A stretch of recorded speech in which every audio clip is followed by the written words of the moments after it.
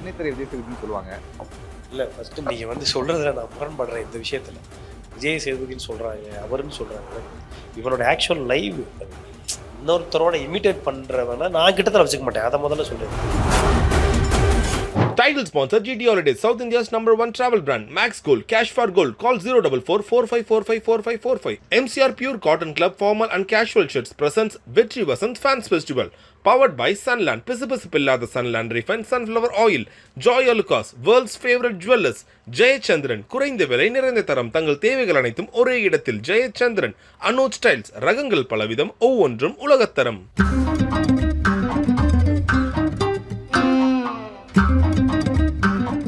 வெளியிருந்து பார்க்குறது சரி, உங்க கூட இருந்த நபர்கள் இல்லை உங்க கூட இருந்தவங்க யாராவது வந்து வெற்றி வந்ததுக்கப்புறம் வந்து கொஞ்சம் மாறின மாதிரி ஏதாவது ஃபீல் பண்ணிருக்கு? யாரோ கண்டு செஞ்சுருக்கீங்க? யாரு? அருள செலவன். என்ன மாற்றத்தை பார்த்தீங்க நீங்கள்? பேசிக்காக ஒருத்தவங்க நடவடிக்கை இருக்கும்ல, அதில் இருக்கும்.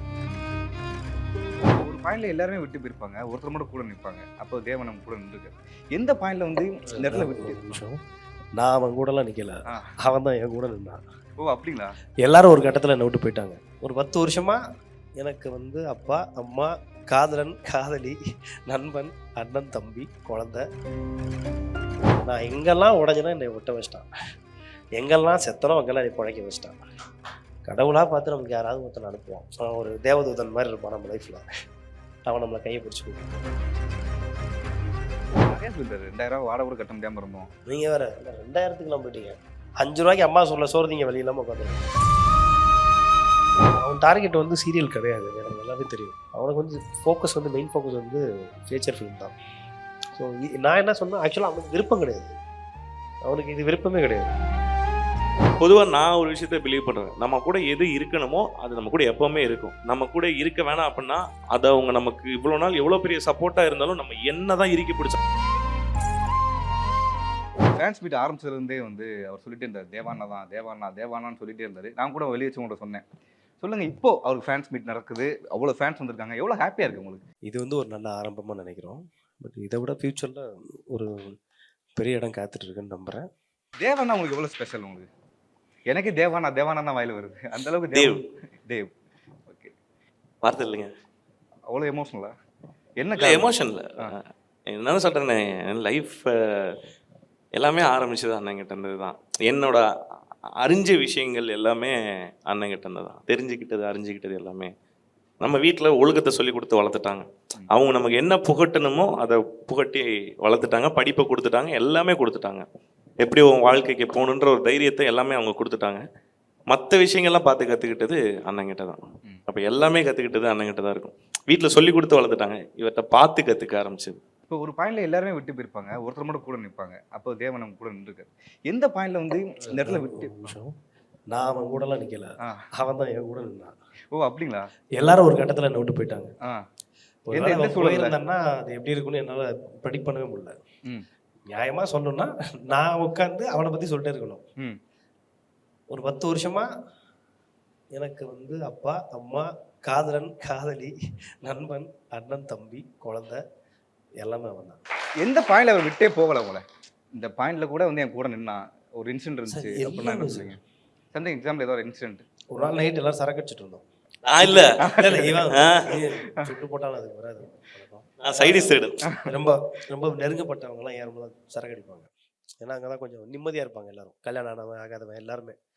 ஸோ எல்லாரும் சரக்கு அடிச்சிட்டு இருக்கும்போது திடீர்னு ரொம்ப வேண்டப்பட்ட பையன், அவனும் தம்பி மாதிரி ஒரு பையன், திடீர்னு ஒரு நாள் வந்து ஒரு சின்ன மனஸ்தாபம் போயிட்டு இருந்துச்சு. டக்குன்னு வந்து ஆனால் எல்லாரும் பேசிகிட்டு இருக்கும்போது கூட வந்து ஆனால் நான் ரூம் காலி பண்ணி போகிறேன் அப்படின்ட்டான். எனக்கு என்னன்னா அவன் நம்ம தம்பி மாதிரி ஆச்சு அப்படின்னு ஒரு யோசிச்சுட்டு இருந்தோம். சட்டில் அவனும் போகிறான். அப்புறம் ஒரு 2-3 பேர் போகிறேன்ட்டாங்க. எனக்கு என்னன்னா வர்றது போகிறது ரொம்ப சாதாரணமான விஷயம். பட் ஏதாவது ஒரு நியாயமான காரணம் இருக்கணும்ல. டக்குன்னு அந்த மாரில் மிதிச்சுட்டு ஒரு குழந்தை போயிடுச்சுன்னா எப்படி இருக்குமோ அந்த மாதிரி ஒரு ஃபீல் அன்றைக்கி நைட்டு. அதுக்கப்புறம் அதிகப்படியான வெறுமையை நிறையா சூழலில் வந்து உணர ஆரம்பித்தோம்.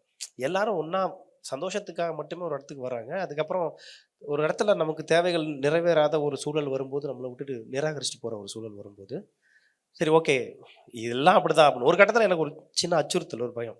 இவனும் ஒரு வேலை விட்டுட்டு போனான்னா நம்ம மறுபடியும் இதே மெட்ராஸில் சினிமாக்காக வந்து ஒரு 4க்கு 6 ரூமு கிட்டத்தட்ட ஒரு சபைக்கூலி மாதிரி இருக்கும். அந்த ரூமில் தான் நான் தங்க ஆரம்பித்தேன். ஃபஸ்ட்டு எங்கள் அக்கா எனக்கு இடம் கொடுத்தாங்க, நித்யான்னு சொல்லிட்டு எங்கள் அக்கா. அதுக்கப்புறம் என் சித்தப்பா ஒரு இடத்துல எனக்கு ரெடி பண்ணி கொடுத்தாரு, மாம்பழம் ஹை ரோடு பக்கத்தில். மறக்க முடியாத ஒரு இடம் அது.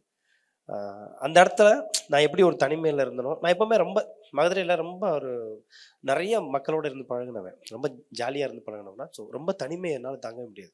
மறுபடியும் அதே ஒரு சூழல், அதே மாதிரி ஒரு இடத்துக்கு நம்ம போகிறோம், போயிடுவோமோ அப்படின்னு ஒரு நினப்பு இருக்கும்போது கூட அவன் வந்து என்னை விட்டு போகவே இல்லை. அவன் நினச்சிருந்தா போகலாம். அவனுக்கு இங்கே சொந்த பந்தங்கள் இருக்கிறாங்க, நண்பர்கள் இருக்கிறாங்க, படிச்சிருக்கிறான், வேலைக்கு போகணுச்சா அவன் போகலாம். ஆனால் அவன் வந்து அந்த அந்த அந்த எண்ணத்துக்குள்ளே கூட அவன் போகவே இல்லை. நான் எங்கெல்லாம் உடஞ்சினா என்னை ஒட்ட வச்சிட்டான், எங்கெல்லாம் செத்தனோ அங்கெல்லாம் என்னை பிழைக்க வச்சிட்டான்.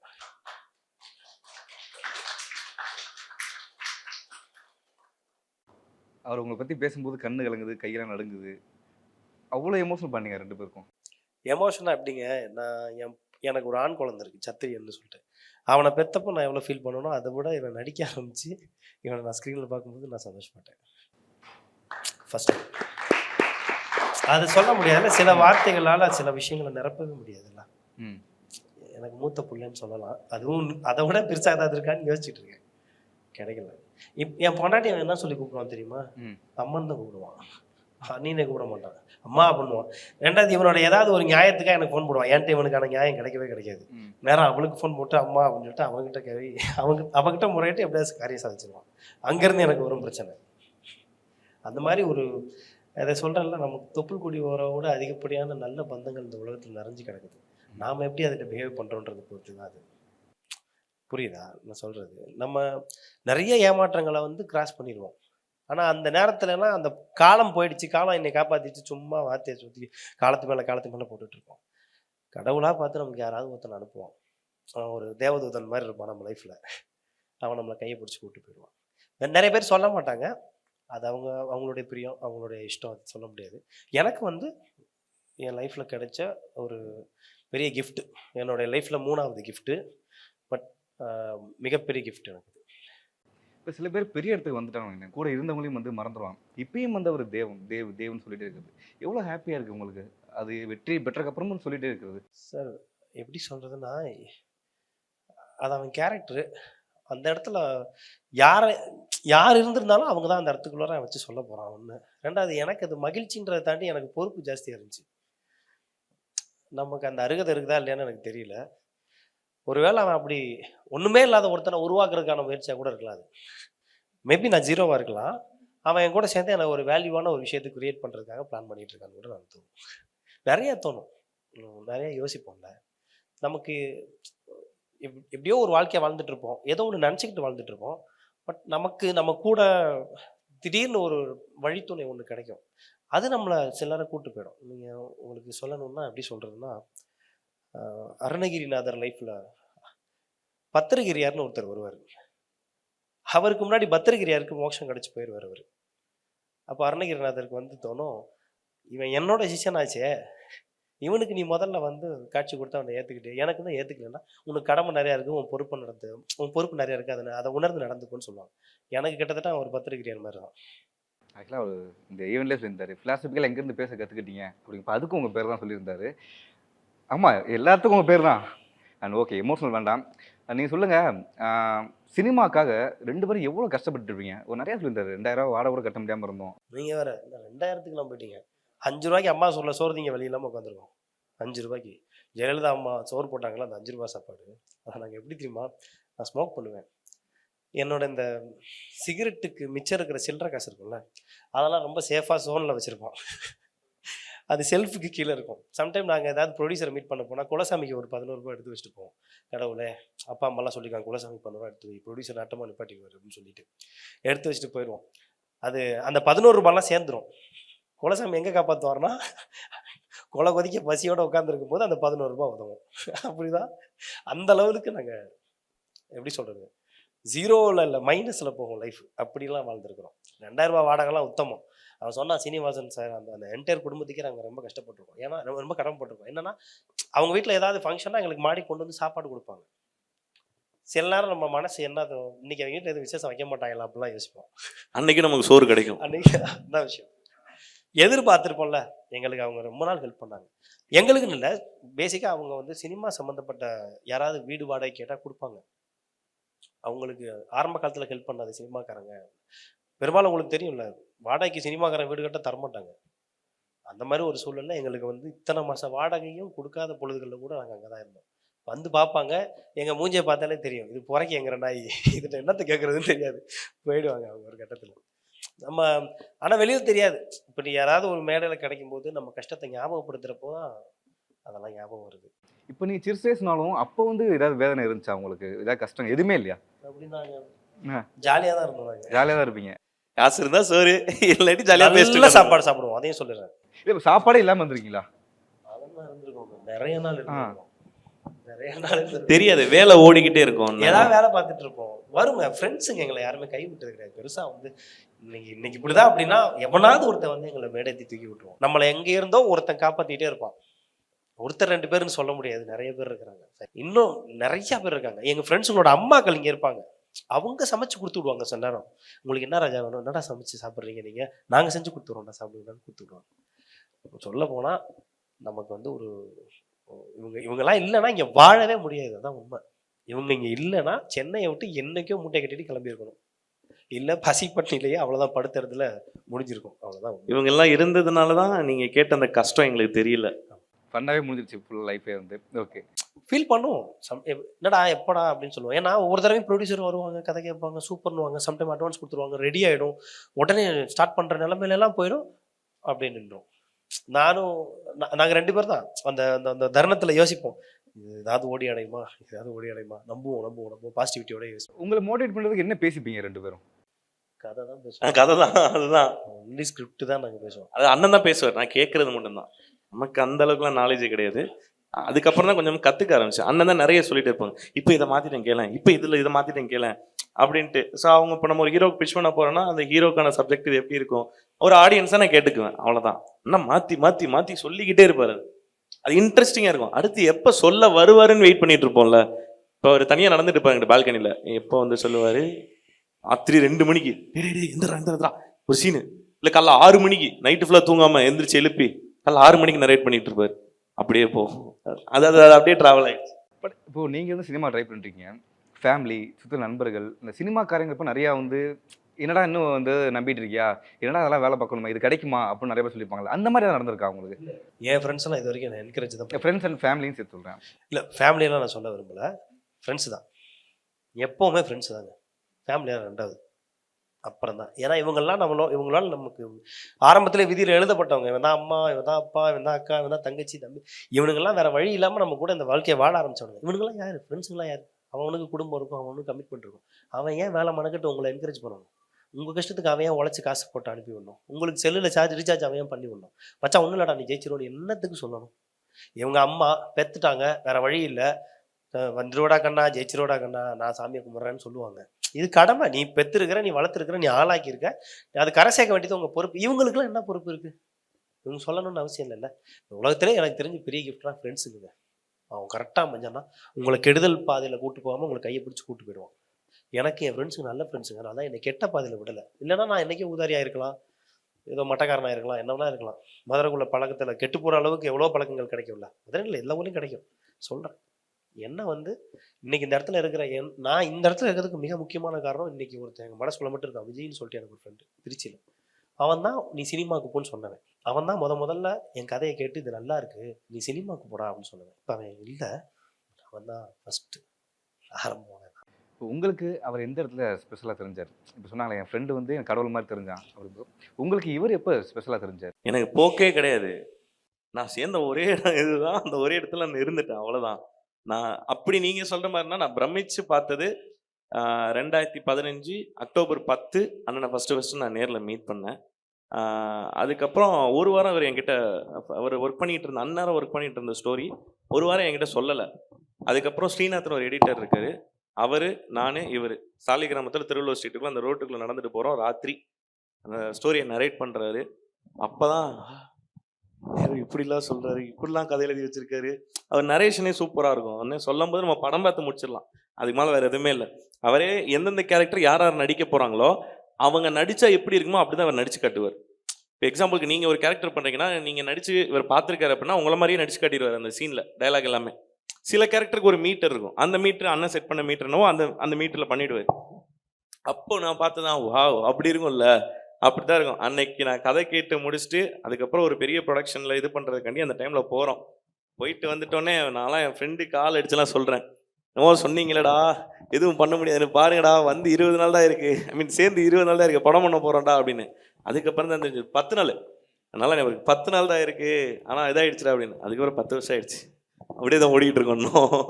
கிட்டத்தட்ட 10 வருஷம் ட்ராவல் சீரடிக்கு ஆசைக்கு மட்டுமே. இல்லை இல்லை, ஆ எங்கள் 2 பேருக்குமான ட்ராவல் 10 வருஷம்ன்ற. இப்போ இவர் வந்து சீரடிக்கு ஆசை வந்து செலக்ட் ஆகிட்டேன்னு சொல்லி கால் பண்ணியிருப்பார்ல உங்களுக்கு, அப்போ உங்களுக்கு என்ன தோணுச்சு? இப்போ இவ்வளோ கஷ்டப்பட்ட ஜெயிஸ்டடா ஒரு இடத்துக்கு போயிட்டடா அந்த மாதிரி தோணுச்சா? அவன் டார்கெட் வந்து சீரியல் கிடையாது, எனக்கு நல்லாவே தெரியும். அவனுக்கு வந்து ஃபோக்கஸ் வந்து மெயின் ஃபோக்கஸ் வந்து ஃபீச்சர் ஃபிலிம் தான். ஸோ நான் என்ன சொன்னேன், ஆக்சுவலாக அவனுக்கு விருப்பம் கிடையாது, அவனுக்கு இது விருப்பமே கிடையாது. நான் இல்லை அறியாமல் இருக்கும்ல, இல்லை அவன் யூஸ்வலாக எல்லாருக்கும் எல்லாமே தெரிஞ்சிடாது. இல்லை அவன் பேசிக்காக சீரியல் பார்த்தது கிடையாது. ரெண்டாவது உங்களுக்கு தெரியும் ஆக்சுவல் சீரியல்ஸ் வந்து ரொம்ப ஒரு மாதிரி எல்லா ஆண்களுக்கு பிடிக்கிற அளவுக்குலாம் இருக்காது. முன்னாடி நாகா சார் பண்ணார் சீரியல், அதெல்லாம் பார்க்குறப்போ வித்தியாசமாக இருந்துச்சு. அந்த மாதிரி சீரியல் கிடையாது, இவன் அந்த ஜென்ரேஷனே கிடையாது. ஸோ அதனால் அது அவனுக்கு அதுவும் தெரியாது. ஸோ எல்லாரும் பார்க்குற இந்த யூஷுவல் சீரியலில் போய் நம்ம நின்று அங்கே என்னென்னமோ நடக்கும், சும்மா அதை பண்ணுங்கன்னும் போது எஃபோர்ட் வீணாக போயிடுமோன்ற ஒரு பயம். பட் ஆனால் விஜய் டிவி 2வது விகடன் பண்ணுறாங்க, குமரன் சார் பண்ணுறாருன்ற விஷயத்த அவன் காதுக்குள்ளே போட்டு இப்போது உனக்கு ஒரு ஒரு ஸ்பெஷல் ஒன்று இருக்குது, ஒரு ஓப்பன் ஆகும். ஏன்னா ஏதோ ஒரு ரூட்டில் தானே ஏதோ ஒன்று ஓப்பன் ஆகும். மொட்டையாக எங்கேயுமே போகாமல் அப்படியே உட்காந்துட்டு இருக்கிறதுக்கு பதிலாக நீ முதல்ல அந்த பாத்குள்ளே நுழைஞ்சிரு, அதுக்கப்புறம் அது உன்னை கூட்டு போகும் அப்படின்னு சொன்னான். அப்போவுமே அவனுக்கு முழு மனசெல்லாம் கிடையவே கிடையாது. ஏன்னா அவன் சிந்தனையெல்லாம் வேற மாதிரி, நம்ம அது பண்ணணும், அது மாதிரி பண்ணணும், இது மாதிரி பண்ணணும் அப்படி யோசிச்சுக்கிட்டு இருந்தவன். அவனுக்கு இது ரொம்ப சாதாரணமான ஃபுட்டு, ஃபுல் மீல்ஸ் வேற மாதிரி சாப்பிடணும்னு ஆசைப்பட்டவனுக்கு நான் என்ன சொன்னேன், இன்னைக்கு வேற வழி இல்லை, இந்த கோலையில் கஞ்சி தான் கிடைக்குது, இதை ஸ்டார்ட் பண்ணிடு, வேற வழி இல்லைன்னு போது அதுக்கப்புறம் போனான். ஏன்னா இவன் அதுக்கு தயாரானதுனால தான் உங்களுக்கெல்லாம் இது ரொம்ப பெருசாக தெரியுது எனக்கு தெரிஞ்சு. ஏன்னா ஃபீச்சர் ஃபிலிம்க்கு ரெடி ஆனதுனால இவனுடைய மீட்டர் பாயிண்ட் எல்லாம் அதுக்கேற்ற மாதிரி டியூன் ஆயிருந்துச்சு. ஸோ சீரியலுக்கு வரும்போது அதில் இருக்கக்கூடிய யூஷுவல் மீட்டர் பாயிண்ட்டை விட இது கொஞ்சம் பெட்டராக தெரியும். ஸோ அது லைவாக இருக்கிறதுனால தான் இன்னைக்கு இவ்வளோ பெரிய ஃபேன் பேஸ் அவங்களுக்கு கிரியேட் ஆகுது. இது வந்து சின்னத்திரை விஜய் சேதுபதினு சொல்லுவாங்க, அதே மாதிரி வந்து உங்களுக்கு ஒரு முத்தத்தை கொடுத்துட்டு நம்ம அடுத்த இல்லை ஃபஸ்ட்டு நீங்கள் வந்து சொல்கிறதுல நான் முரண்படுறேன் இந்த விஷயத்தில். விஜய் சேதுபதினு சொல்கிறாங்க, அவருன்னு சொல்கிறாங்கலாம் கிடையாது. இவனோட ஆக்சுவல் லைவ் அது. இன்னொருத்தரோட இமிட்டேட் பண்ணுறவனை நான் கிட்டத்தட்ட வச்சுக்க மாட்டேன், அதை முதல்ல சொல்லிடுறேன். இவனுக்கு வரும்போது இவன் வந்து கொடூரமான சிவகார்த்திகேயன் ஃபேன். எனக்கு எப்படின்னா சிவகார்த்திகேயன் என்னை பொறுத்த வரைக்கும் நான் நடிக்கவே ஆரம்பிக்கலன்னு சொல்லி சண்டை போட்டுட்டு இருக்காங்க. அவர் இன்னும் வேற மாதிரி பண்ணலாம், அவர் இன்னும் அதை விட்டு வெளில வரலன்னு ஆரம்பத்தில் நான் சொல்றது ரொம்ப பிகினிங். ஸோ எனக்கு என்னன்னா நமக்கு ரொம்ப பிடிச்ச ஒருத்தர்னா அதை விட்டு வெளியே வரலையேன்ற ஒரு மனஸ்தாபம் இருக்கும் எனக்கு. இவனும் அதே மாதிரி வந்துட்டு எனக்கு அவரை தான் பிடிக்கும் அப்படின்னா செம்ம கண்டிப்பாரு, அவர் இதுல பெஸ்ட், அதுக்கு ஆகட்டும். நீ முதல்ல அதுக்குள்ள நீ போய் இமிட்டேட் ஆகாது, நீ உனக்குன்னா இருக்குது, உனக்குள்ள என்ன இருக்குதுன்னு பாரு, அதை வெளில கொண்டு வரதுக்கு முயற்சி பண்ண. ரெண்டாவது இவன் விஜய் சேதுபதி மாதிரியெல்லாம் இவன் இமிட்டேட் பண்ணி நான் பார்த்ததே கிடையாது. இல்லை அவரோட எளிமை, அந்த யதார்த்தம் அதெல்லாம் பார்த்துட்டு சின்னத்திரை விஜய் சேதுபதி, அதாவது எப்படின்னா விஜய் சேதுபதி சார் வந்து ரொம்ப யதார்த்தமா அடிப்பார்ல, அதனால இமிட்டேட் பண்ணி சொல்றாங்க. அவருடைய இயல்பு அப்படின்றத வந்து அவர் ஸ்கிரீன்ல காட்டுறாரு. இவங்க அந்த எந்த இயல்பு எடுத்துக்கிறாங்க, அவர் ரியல் லைஃபோட அதுல இருக்கிற எளிமையை வந்து இவரோட எடுத்துக்கிறாங்களா இல்லை நடிப்புல எடுத்துக்கிறாங்களான்றது இருக்குல்ல. மொட்டையா விஜய் சேதுபதி ஒரு சின்ன திரையில் போட்டு சின்ன திரையில வந்துன்னா நமக்கு எப்படி இருக்கும், அது ஒரு தவறான ஒரு எப்படி சொல்றது பிம்பத்தை உருவாக்கிறோம். இவர் இதுக்கு ரெப்ளிகா மாதிரி வர்றாரு போல இருக்கு அப்படின்ற மாதிரி ஆயிடும்ல. அது இருக்கவே கூடாது.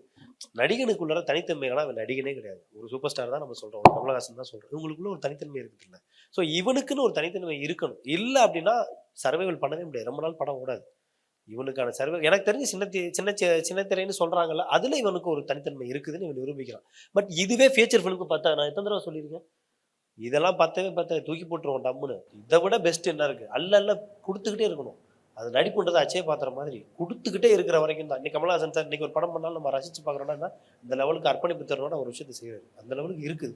ஸோ இன்னொருத்தரை கம்பேர் பண்ணக்கூடாதுன்றதான் என்னுடைய தாழ்வான கருத்து. உனக்கு தான் அப்ஜெக்ஷன் இல்லை? எனக்கு ஒரு விஷயம் நல்லா புரியுது, உங்களுக்கு ஏன் தலைக்கணம் வந்து மண்டல ஏறல, இந்த வெற்றியில உங்களுக்கு பெருசா தெரியலங்கிறது காரணம் இவரும் ஒருத்தர் நினைக்கிறேன். விட மாட்டாரு.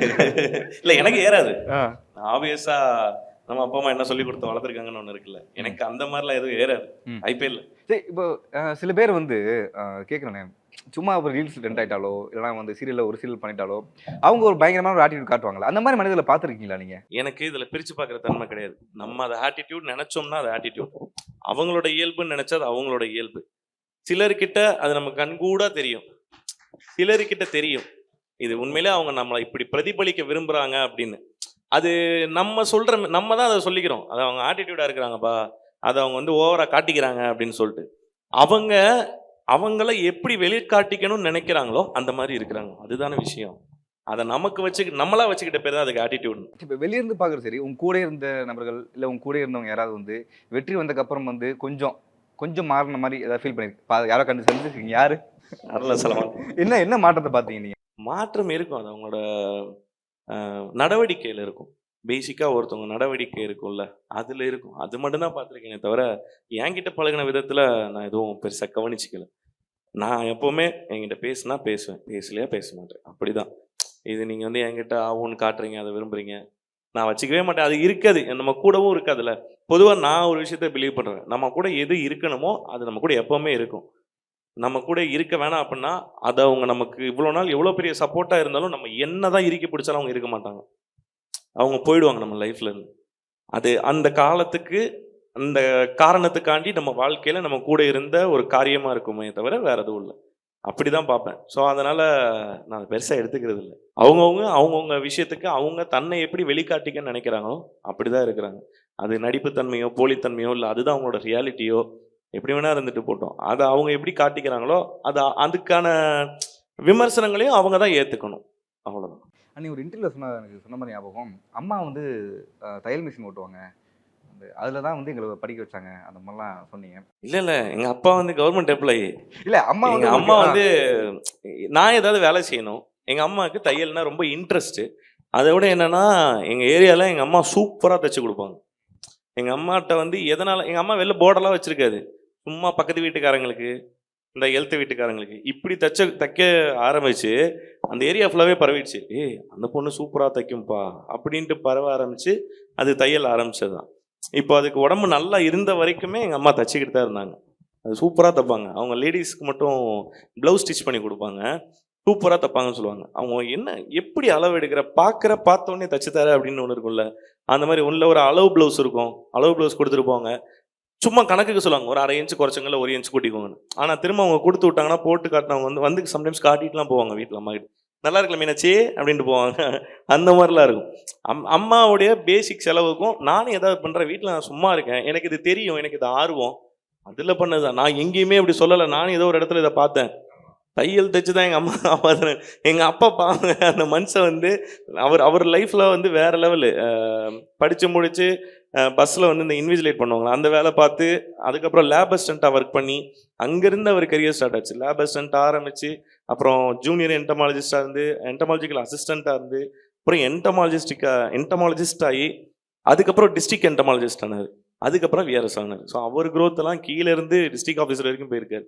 எல்லா வருஷமும் ஒன்றா மாறி பல ஆஃபீஸர்ஸ் பார்த்து அவரு தான் வந்து ஃபேமிலியை டோட்டலாக பார்த்துக்கிட்டது. அம்மா அவங்களுக்கு அது கெரியர், அவங்களுக்கு அது பிடிக்கும், அதனால பண்ணுவாங்க.